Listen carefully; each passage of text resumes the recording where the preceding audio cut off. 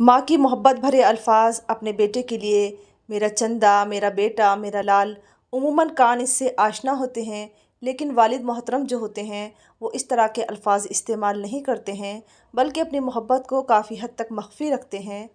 لیکن محبت سے دل اس قدر لبریز ہوتے ہیں کہ اللہ رب العزت نے اسی لیے انہیں باب بہشت کہا ہے، یعنی جنت کا دروازہ۔ پھر اگر والد شاعر محترم ہوں تو اپنے کن الفاظ میں اپنے بیٹے کو یاد کر سکتے ہیں؟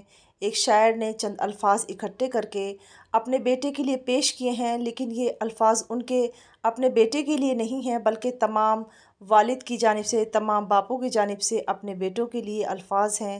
ملاحظہ فرمائیں۔ تا عمر خوش رہے تو میری جان میرے لال، تا عمر خوش رہے تو میری جان میرے لال، کبھی آشنا نہ ہو تجھ سے حزن و ملال۔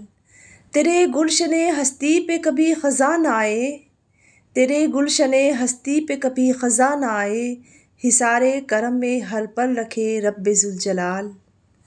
میرا دلبر سدا زینت رہے باغی چو بہار کی، میرا دلبر سدا زینت رہے باغی چو بہار کی، تو رشک باغ وفا ٹھہرے اے میرے سمن لال۔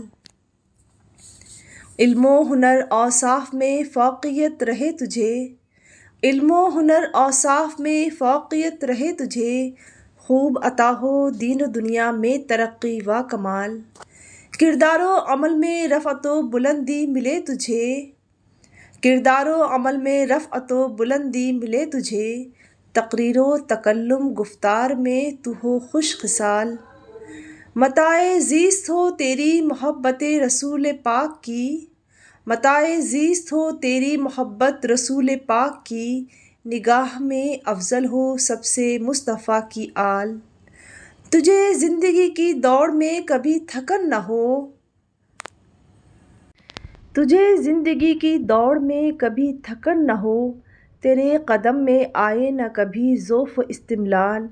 دعا ہے کہ رنج و غم سے تو رہے سدا محفوظ، دعا ہے کہ رنج و غم سے تو رہے سدا محفوظ، اے میرے چاند کے ٹکڑے تو جیے ہزاروں سال، اے میرے چاند کے ٹکڑے تو جیے ہزاروں سال۔